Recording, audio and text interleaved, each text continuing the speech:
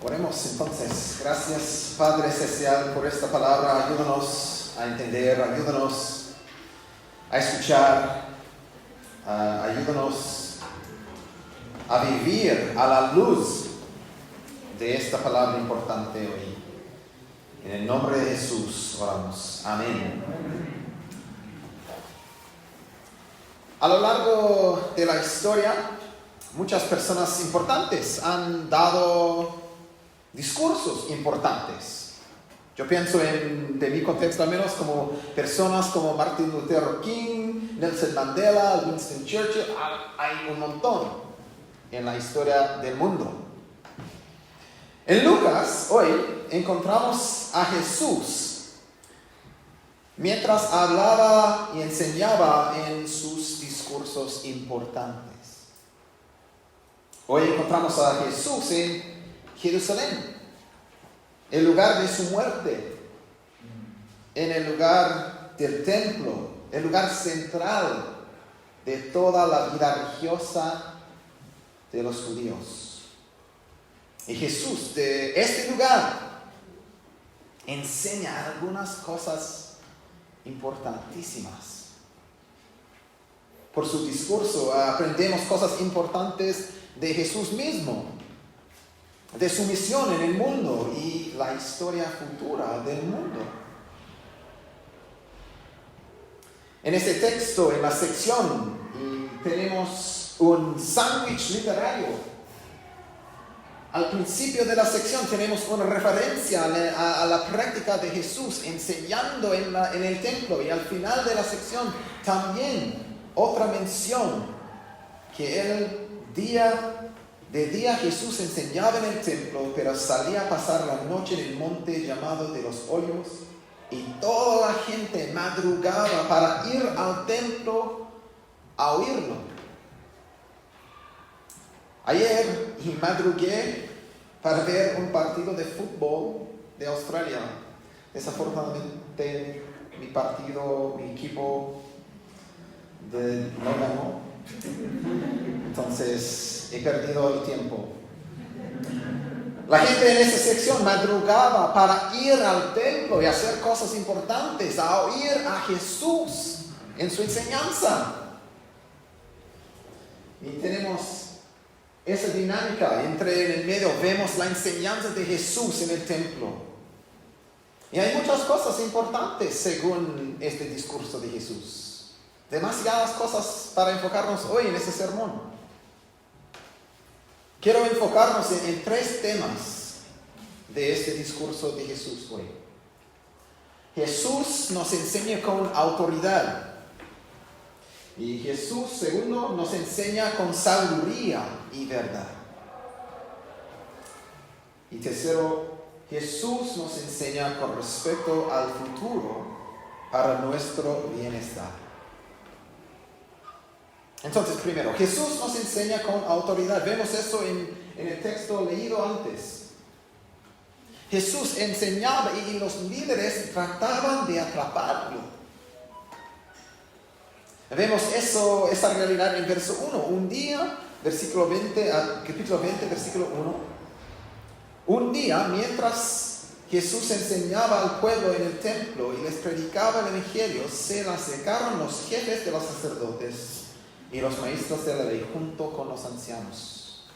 Hay una multitud de gente, líderes importantes, escuchando a Jesús. El tema del contraste entre los líderes judíos y Jesús se va llegando a su momento, o a su último momento, donde veremos que Jesús finalmente es la autoridad suprema. La pregunta suya en verso 2 es ¿de qué autoridad estás haciendo estas cosas, Jesús? Enseñando en el templo, limpiando el templo en la sección anterior. Versículo 2, ¿quién te dio esa autoridad? Y la respuesta de Jesús es muy de la forma de Jesús, la manera de Jesús, ¿cierto? En una forma de una pregunta. Y por su pregunta vemos la incapacidad por parte de los líderes judíos. Versículo 3. Yo también voy a hacerles una pregunta a ustedes. Díganme, ¿el bautismo de Juan procedía del cielo o de la tierra? Hay dos opciones. Es una pregunta fácil. Ellos pues lo discutieron entre sí. En la discusión vemos su respuesta. No sabemos. No sabemos de dónde era. No queremos decir nuestra opinión. La respuesta de Jesús al final, versículo 8. Pues yo tampoco les voy a decir con qué autoridad hago esto. Los líderes no le pueden proveer una respuesta adecuada. Y entonces fueron dejados silenciados por Jesús. Ellos vinieron para socorrer la autoridad de Jesús, pero fueron ellos quienes habían expuesto como lamentablemente inadecuados para ejercer el liderazgo sobre el pueblo de Dios. Es un tema del Evangelio de Lucas, es un tema en la enseñanza de Jesús, es un tema de esa sección. En la sección de los versos 9 al 18 oímos una palabra sobre este tema. El punto principal de la parábola no era solo para reflexionar en la historia de Israel, sino para explicar que los líderes de Israel iban a ser removidos de sus posiciones de liderazgo por el Señor mismo. La parábola de los trabajadores o los labradores malvados se trata de la acción de Dios en sacar del liderazgo a estos líderes y reemplazarlo. Y cuando se juntan la parábola y la citación del Salmo 118 en el texto, vemos que los líderes de Israel son como los labradores que rechazaron al hijo del dueño. Y también los constructores que rechazaron la piedra angular, la piedra más importante, la piedra que da forma a todo el edificio que se construye, Jesús mismo. Son muy astutos en su respuesta. Vamos a ver eso, que ellos entendieron que Jesús hablaba en contra de ellos por esa parábola. En esa interacción de los versículos 19 al 26 vemos la autoridad de Jesús en su enseñanza como el líder ideal, el maestro excepcional. No pudieron atraparlo con sus preguntas. Y la escena cierra con Jesús manteniendo la autoridad, los líderes silenciados. Entonces, una aplicación del punto 1. Tenemos, obviamente, podemos concluir que Jesús tiene la autoridad final, suprema. Sin peros ni condiciones, Él tiene la autoridad. A lo largo del Evangelio de Lucas hemos visto a Jesús por palabra, por obra, mostrando su autoridad. Ante de los demonios, las enfermedades, los líderes religiosos, de la voz del cielo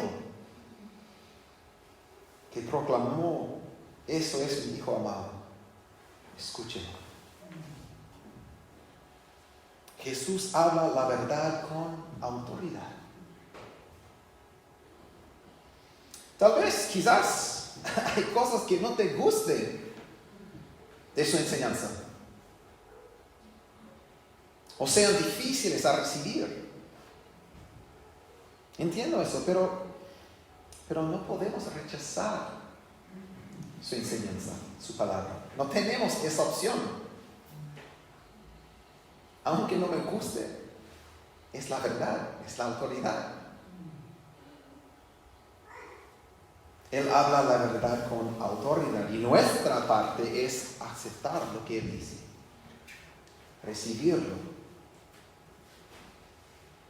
En la situación actual, de nuestro mundo, existe una lucha sobre autoridad, yo creo. ¿A quién le pertenece? ¿A quién deberíamos escuchar? Es una lucha antigua, de hecho, desde los primeros seres humanos, desde la época de Adán y Eva. Hay muchos líderes en el mundo actual que piensan que ellos son la autoridad. Y su enseñanza es correcta, aunque esté en contra de la verdad de Dios. En muchos temas vemos esa enseñanza nueva en formas de conversaciones sobre la sexualidad, el juicio final, el pecado, opiniones éticas, lo que sea el tema. Estamos en peligro si pensamos que la Biblia no es la autoridad en estas cosas. Ten cuidado. En la iglesia anglicana al menos, y hay un artículo de fe, ¿cierto? Artículo 6, no sé si saben. Hay un artículo de fe que dice así, de la suficiencia de las santas escrituras para salvación. Dice así, la escritura santa contiene todas las cosas necesarias para la salvación. De modo que cualquier cosa que ni en ella se lee, ni con ella se prueba, no debe exigirse de hombre alguno que la crea como artículo de fe. Ni debe ser tenida por requisito para la salvación. Ese es un artículo de nuestra denominación, pero es la disposición del corazón. Esa es otra pregunta. ¿Crees eso?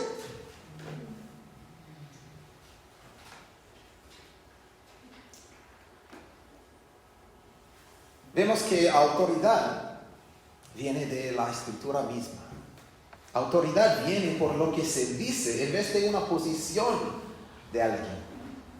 ¿Cierto? Una posición alta no significa que hablas de verdad. De hecho, a veces son los líderes altos que no enseñan la verdad, tal como era en la época de Jesús. Hay que escuchar la enseñanza con la Biblia abierta, ¿cierto? Hay que practicar eso. Es más que una declaración en un artículo, es una práctica diaria. Hay que pesar lo que se dice por la palabra misma. Y no soy la autoridad final. Es obvio, tal vez para ustedes, pero no soy la autoridad final. Ni los otros líderes, sino la palabra de Dios, como predicada por Jesús y escrita en la Biblia para nosotros. Mis palabras son la autoridad, mientras que estén de acuerdo con lo que dice la Biblia, ¿cierto? Amén. Amén. En el mundo actual existe gente que piensa, no, yo soy la verdad, lo que yo digo es la verdad, aunque esté en contra de la Biblia. Mentiras, blasfemia. Hay autoridades en todas las iglesias. En la iglesia católica, en la iglesia carismática, en la iglesia liberal, en la iglesia anglicana, en la vida tuya. Todos nosotros vivimos con autoridades. Y tengo una imagen para masticar este tema un poquito. Podemos ver, en general hay 4 opciones en la autoridad. La escritura, la tradición, la experiencia o la razón. Esta descripción es una descripción antigua. Y quiero decir que todos son buenos en sus lugares apropiados. No es que una autoridad aquí es muy mala. No, en su orden, en su lugar apropiado, todos son buenos. Generalmente podemos decir, ¿cierto? Estoy hablando en cosas generales. En la iglesia liberal, la razón es la última autoridad. O en la iglesia católica romana, la tradición es la última autoridad. En la iglesia tal vez carismática, en la situación en Australia al menos, la experiencia es la última autoridad. En una iglesia como la nuestra, ojalá que sea así, donde la Biblia es la última autoridad. Hay que recordar que todos son buenas en su lugar apropiado. Sin embargo, vemos cuál es la última autoridad por algunas respuestas a preguntas como eso. ¿Por qué crees eso? De cualquier tema, ¿por qué crees eso? Cualquier cosa. Vemos la autoridad final por las respuestas a una pregunta, ¿por qué crees eso? Para alguien donde la autoridad sea la razón, tal vez diría algo como, lo creo porque me hace sentido. O lo creo porque puedo justificarlo según lo que sabemos y ver de la ciencia. Para alguien donde la autoridad sea la tradición, tal vez diría algo como, lo creo porque mi iglesia, mi pastor, o la tradición mía lo dice. Para alguien donde la autoridad sea la experiencia, tal vez dirían algo como, lo creo porque siento que es la verdad. Y por mi experiencia sé que es correcto. Suena bien según mi experiencia. Para alguien donde la autoridad sea la Biblia, diría algo como, lo creo porque la Biblia me dice. La Biblia lo dice. La pregunta importante es, ¿cuál es la autoridad final? Todos nosotros vivimos con autoridades. Es imposible evitar. La pregunta importante es, ¿cuál es la autoridad final y suprema? ¿Cuál es la autoridad para mí? Hay que empezar lo que escuches por la palabra autorizada. Ese es el lugar correcto, lugar apropiado, ¿cierto? Todos son autoridades en sus lugares apropiados, bajo la autoridad de las Escrituras. Queremos pensar, ¿cierto? Queremos usar la razón. Queremos pensar en nuestra experiencia. Queremos ver nuestra historia, nuestra religión, pero bajo la autoridad final suprema de las Escrituras. Queremos ser y debemos ser una iglesia con nuestras Biblias abiertas. Y tal vez en tu vida, en tu mente hay una mezcla. Tú mismo eres una autoridad conjunto a la Biblia. Si la Biblia dice algo, a mí no me gusta, eso está bien, no tengo que creer eso. Tal vez es la opinión tuya. O tal vez tu familia es una autoridad igual a lo que dice la Biblia. Mi familia lo dice así, por lo tanto lo voy a creer aunque esté en contra de la Biblia. Tal vez tu experiencia es una autoridad final para ti, una mezcla a través de la cual interpretes toda la realidad tuya. Cosas de la Biblia no corresponden a mi realidad y experiencia, por lo tanto no las creo, como un pensamiento así, estoy sufriendo y por eso Dios no me ama. Aunque la Biblia te enseña lo opuesto. Todas estas posturas son muy peligrosas. Peligrosas en nuestra fe, peligrosas para nuestro gozo en vivir la vida cristiana en este mundo. Hay que evitar poner cualquier cosa encima de la autoridad final de la Biblia, de la palabra, de la voz de Jesús. Jesús es el que enseña con autoridad. Además, Jesús nos enseña con sabiduría y verdad. En la sección siguiente, Jesús enseña con sabiduría y verdad. Y después de la parábola de los labradores malvados, el texto sigue así, en versículo 19. Miren conmigo. Los maestros de la ley y los jefes de los sacerdotes, cayendo en cuento, ¿cierto? Son muy sabios, son muy inteligentes, que la parábola iba dirigida contra ellos. Obvio, ¿cierto?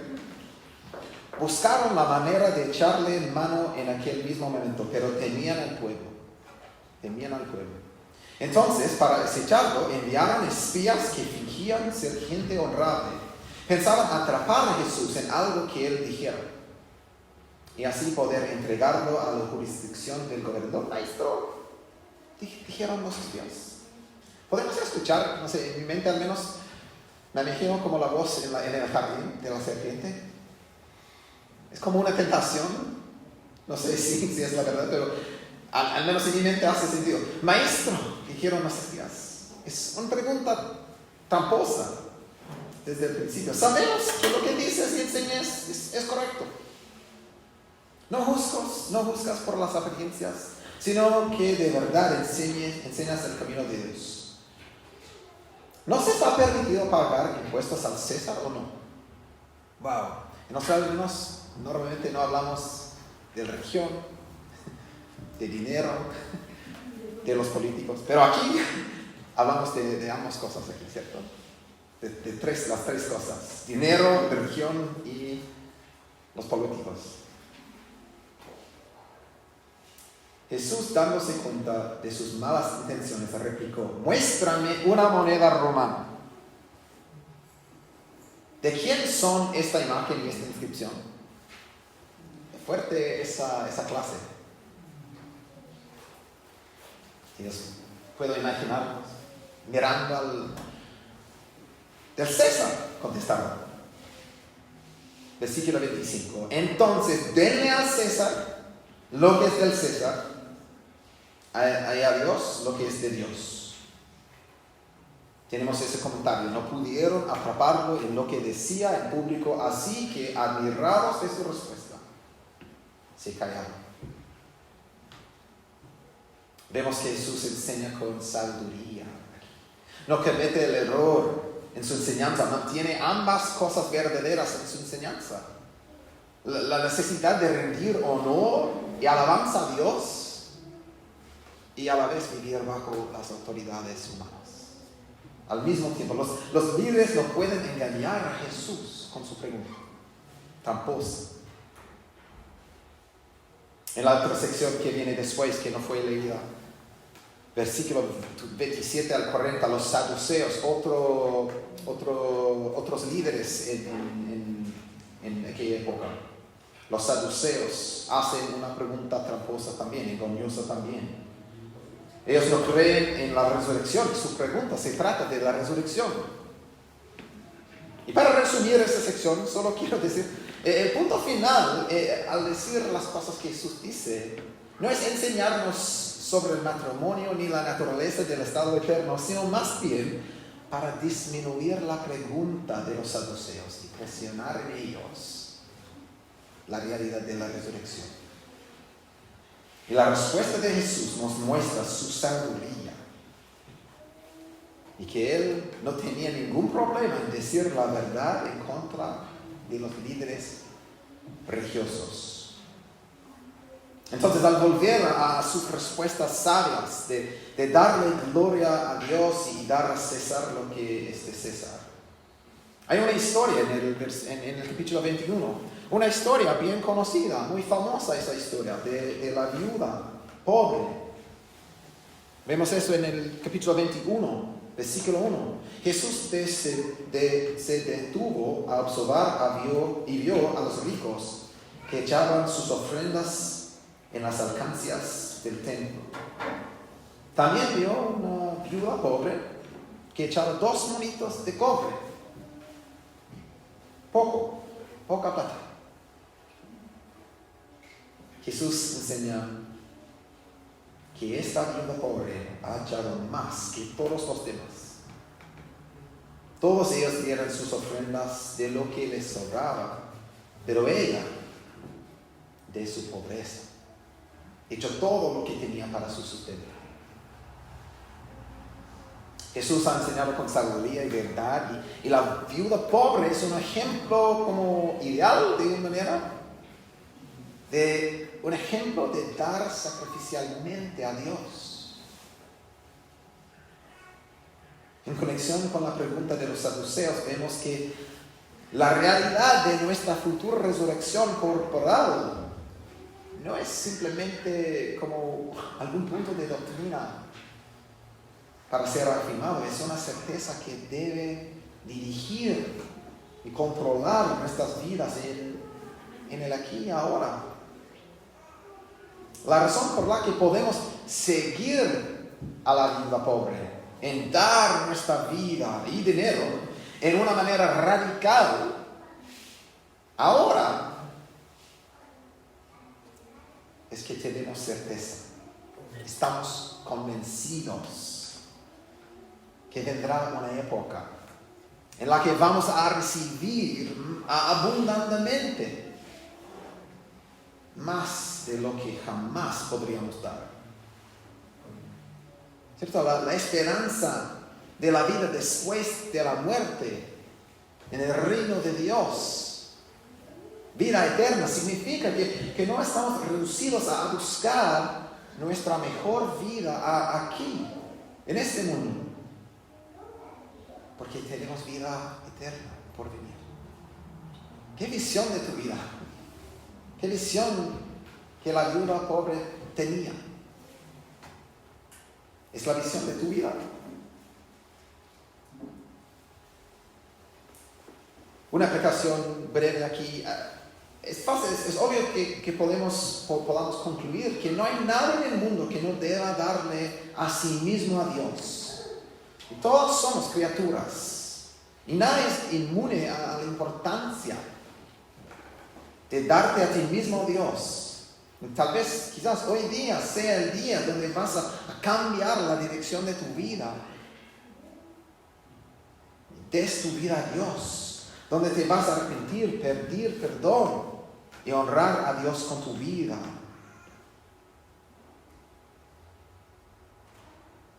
Por otro lado,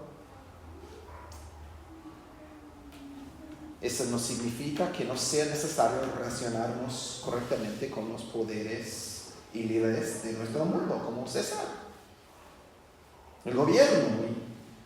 ¿Pagamos los impuestos? Sí. ¿Obedecemos las leyes? Sí, claro. Y de hecho la Biblia tiene mucho que decir sobre la importancia de esa postura. Honrar a Dios y vivir bajo las autoridades humanas.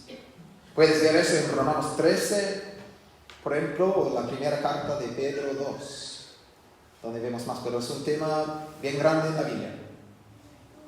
Nos enseña sobre la realidad de que todos tienen que darse a sí mismo a Dios, cómo relacionarnos correctamente con los poderes en este mundo. Y también nos enseña sobre la generosidad. Tal vez esa es una clase que no quiero aprender. Tal vez es una clase que tú no quieres aprender. Nos enseña sobre la generosidad, cómo ser generosos con lo que Dios nos ha dado, cómo invertir en las cosas eternas por el uso de nuestras riquezas en este mundo. Cómo usar las cosas entregadas a nosotros por Dios, el servicio de Él, de su evangelio y de los demás que nos rodean. Hay aplicaciones para nuestros pensamientos sobre la generosidad y además en nuestra práctica de ser generosos. Entonces Jesús enseña con autoridad, sabiduría y verdad. Y el último punto, muy rápido, viene de la sección del capítulo 21, 5 al 38, donde Jesús nos enseña con respecto al futuro para nuestro bienestar. Este pasaje de Lucas es un poquito difícil de interpretar, hay muchas conversaciones sobre su significado, y tal vez hay opiniones diferentes en una iglesia así. Y Jesús enseña con respecto al futuro, sobre la destrucción futura del templo, sobre guerras y persecuciones futuras, sobre el último día.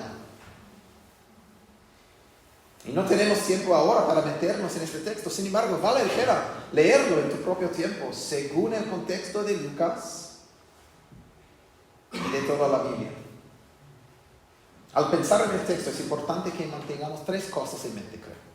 Eventos importantes: la cruz de Cristo